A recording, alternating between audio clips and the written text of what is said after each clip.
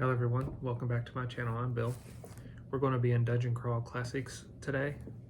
We're going to cover morale out of the combat section. So without further ado, let's read into what the rules are about morale and how it works in Dungeon Crawl Classics. And hopefully we'll understand it better after reading it. Not all monsters fight to the death. Some flee or surrender, and I always love using that. Monsters, retainers, and non-player characters, NPCs, make morale checks at certain times in battle. This determines if they stay to fight or retreat to live another day. Player characters never make morale checks. Their behavior is up to the players. So morale checks are only for the NPCs, the monsters and whatnot. That's pretty clear there. So I do like when my players are willing to play into it, having them make morale checks. But I only ask them if they're willing to play into it. Or if they're playing a very cowardly character, because that would make a lot of sense too, but only if they're willing to play into it. A morale check is made at these times. When a group of monsters, when the first creature is slain, and when half the creatures have been killed or incapacitated. So, with a group of monsters, when the first creature's killed and the other half have been incapacitated or injured. So when the first creature's killed, you make a check. When half the creatures have been killed or incapacitated, you make a check. So you get 2 morale checks on that group of monsters. I'm going to use that as written for my D&D games now. I've had my own rules on morale, but that very clarifies it, so that makes it a lot easier to use. With a single monster, when it has lost half its hit points. Makes sense. I also do it if it's a hunting monster, and it's not used to taking damage when it's taking down its prey, say lion, tiger, whatnot, then if you can do a quarter of its hit points damage, I'd make a morale check for it, because it might retreat after you just hurt it a little bit, because it might assume that you're a little bit too harder to deal with than what it wants for an easy meal. But if you do it that way, then at a quarter of its hit points it makes a check, and then at half its hit points it makes a check. And then after that, the last example is with a retainer. When he first encounters combat or danger, i.e. a trap, in each adventure, and at the end of each adventure.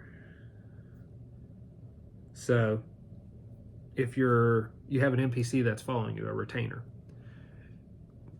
the first time they encounter danger on an adventure, whether it be a trap or a combat encounter, they make a morale check. Then, at the end of the adventure, they make a morale check. So, if they fail the morale check at the end of the adventure, you'll be needing to acquire a new retainer. The morale check is made by rolling 1d20 and adding the creature's will save. A result of 11 or higher is success. The creature can keep fighting. On a 10 or less, the check is failed. The creature attempts to flee the combat. Retainers also add their employer's personality modifier. In some cases, the DC may be higher than 11, particularly when magical effects are involved. So, the way to convert that to to use this outside of this game, would be I'd start it at 11's the base DC, and you could add, was there magic involved? Would that raise it? You could add, were you outnumbered? Would that raise it a little bit? And I'd only raise it, like if you're going to hit all these different things, I'd create a small list and I'd only raise it 1 or 2 points for each thing that checks off on the list. And then it says the employer's personality modifier, so the charisma modifier of whoever's employing them would be a bonus to their will save. The judge may apply a modifier of up to +4 or -4 to the check if the creature has sufficient motive to fight or flee. So there's some modifiers there for it, which is cool. For example, a mother defending her cubs would receive a +4 bonus, as would a goblin shaman defending his sacred shrine. However, a goblin slave willing to see his ogre overlord slain might have a -4 modifier, as would a mindless giant centipede that just wanted food, not a fight. So that gives you how to use the modifiers for this game. But I would come up with a list if you're using this for D&D or Pathfinder and give it a modifier of 1 to, I do 1 to 3. Do if they're outnumbered, would that affect this guy?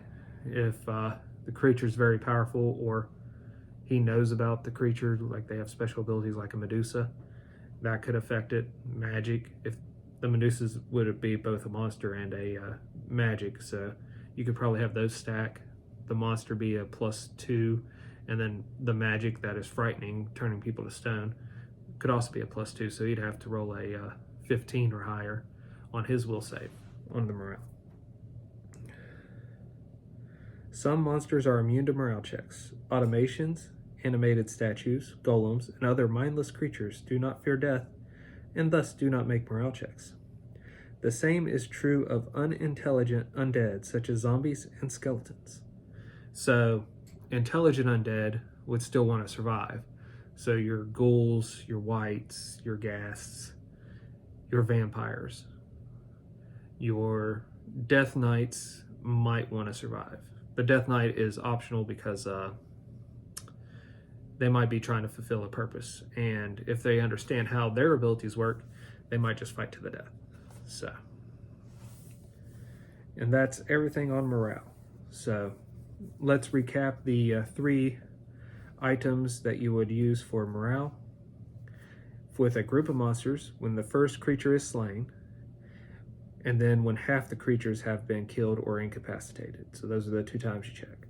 With a single monster, the way I would do it is when it loses the first 25% of its hit points, and then when it loses half its hit points. But the way the book is written is only when it loses half its hit points. Then with a retainer, an NPC that helps and is following you, when the first time they enter combat on the adventure or encounter danger, traps, and then at the end of the adventure. And then you roll a d20. The normal DC is 11.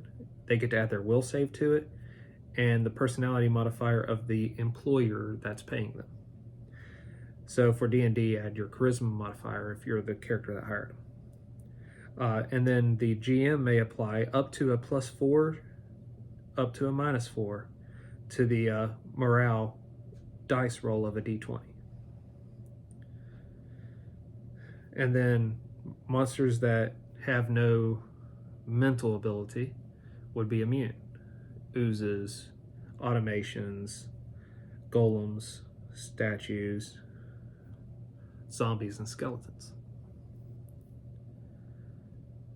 That clarified a whole lot for me. Hopefully that helped you guys out too. If you enjoyed this video, share it with your fellow players that are interested in Dungeon Crawl Classics. Share it with your gaming group. Share it with your game masters if you think the morale rules are pretty cool and you'd like to see monsters do more than just fight to the death. Well, until we all game again, guys.